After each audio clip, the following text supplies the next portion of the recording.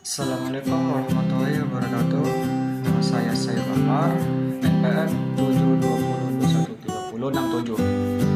Di sini saya akan mempresentasikan tentang pajak, menjelaskan tentang pajak. Definisi pajak adalah kontribusi wajib kepada negara yang terutang oleh orang pribadi atau badan yang bersifat memaksa berdasarkan undang-undang dan tidak mendapatkan imbalan secara langsung dan digunakan untuk keperluan negara bagi sebesar-besarnya kemakmuran rakyat. Apa itu fungsi pajak? 1. Sumber penerimaan negara atau pengedar. 2. Sarana stabilitas perekonomian. 3. Pengatur kegiatan ekonomi.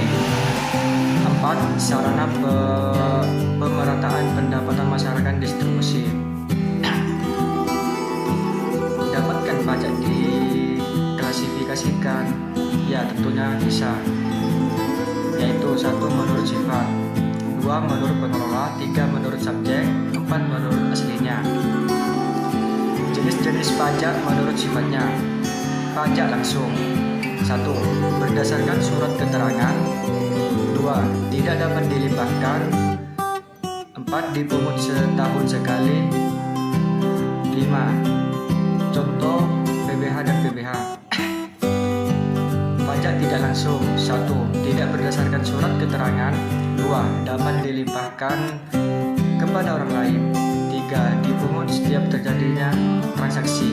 Contoh PPN. Jenis pajak menurut pengelolanya. 1. Pajak pusat, dikelola oleh pemerintah pusat (DJP). 2. Pajak daerah, dikelola oleh pemerintah daerah. Pajak pusat, Direktorat Jenderal Pajak Pengelola Pajak Pusat. Pajak pertambahan nilai (PPN) dan pajak penjualan atas barang mewah (PPNBM) dikenakan atas setiap pekerjaan barang dan jasa kena pajak serta barang mewah. PPH, pajak penghasil, dikenakan atas penghasilan yang diterima.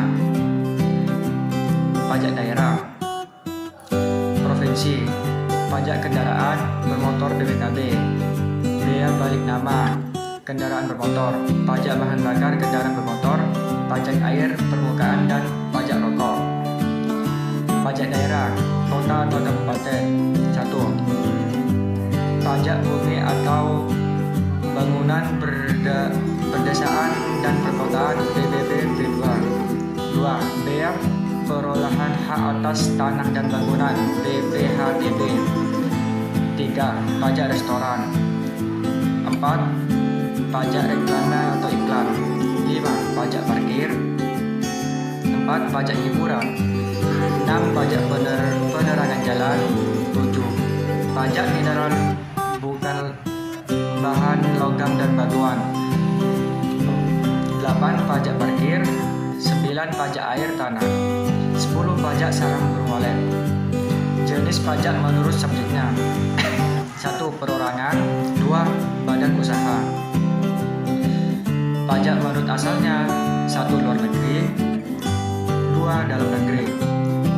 Subjek pajak luar negeri adalah orang pribadi atau badan yang bertempat tinggal atau bertempat kedudukan di luar Indonesia yang dapat menerima atau memperoleh penghasilan dari Indonesia, baik melalui ataupun tanpa melalui bentuk usaha tetap. Subjek pajak dalam negeri adalah orang pribadi yang bertempat tinggal atau berada di Indonesia. Peran pajak dalam pembangunan bangsa. Subsidi. Subsidi dibagi dua menjadi energi dan non-energi.